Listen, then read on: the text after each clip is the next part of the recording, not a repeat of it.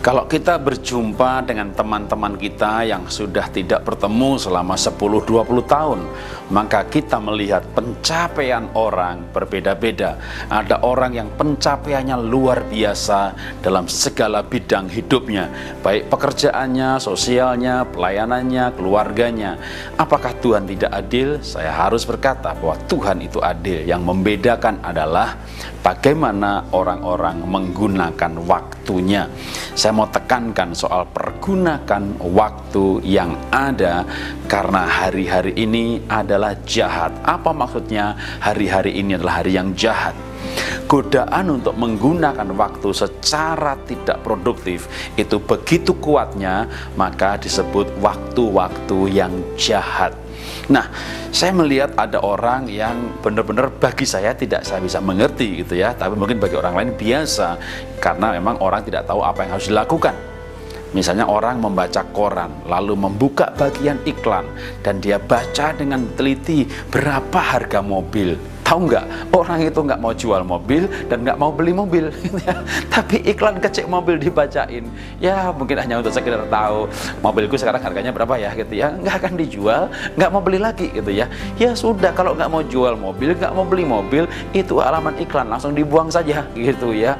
Namanya berita, besok sudah basi. Yang kita baca 5 hari lalu menghabiskan waktu 2 jam, hari ini sudah tidak ada artinya. Maka Anda boleh kasih jatah untuk koran, misalnya 10 menit aja sehari, atau Anda bisa hapus malah itu, tapi gantikan selama dalam perjalanan mobil, putar aja radio bagian berita.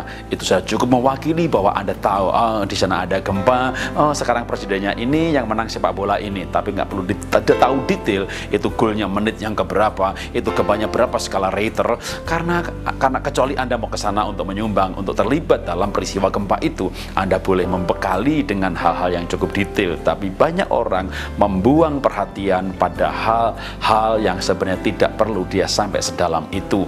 Sekali lagi, waktu itu terbatas. Gunakan waktu yang ada. Maka review kembali hidup Anda. Kasih jatah, kasih pola. Biasakan pola hidup.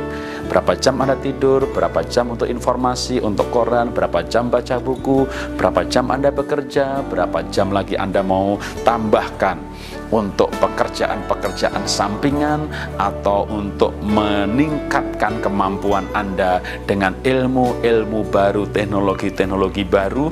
Karena banyak orang ketika di PHK, kehilangan pekerjaan, atau bahkan ketika melamar pekerjaan, ternyata justru ilmu-ilmu baru, teknologi baru yang tidak dipelajari di kuliah, itu yang dia pakai untuk mencari uang. Apalagi saya menjumpai banyak orang yang misalnya sebagai animator, web design, ternyata ketika dia sekolah teknologi informasi, justru hal itu sebenarnya nggak dipelajari, gitu ya, karena hobinya saja dia menambah ilmu.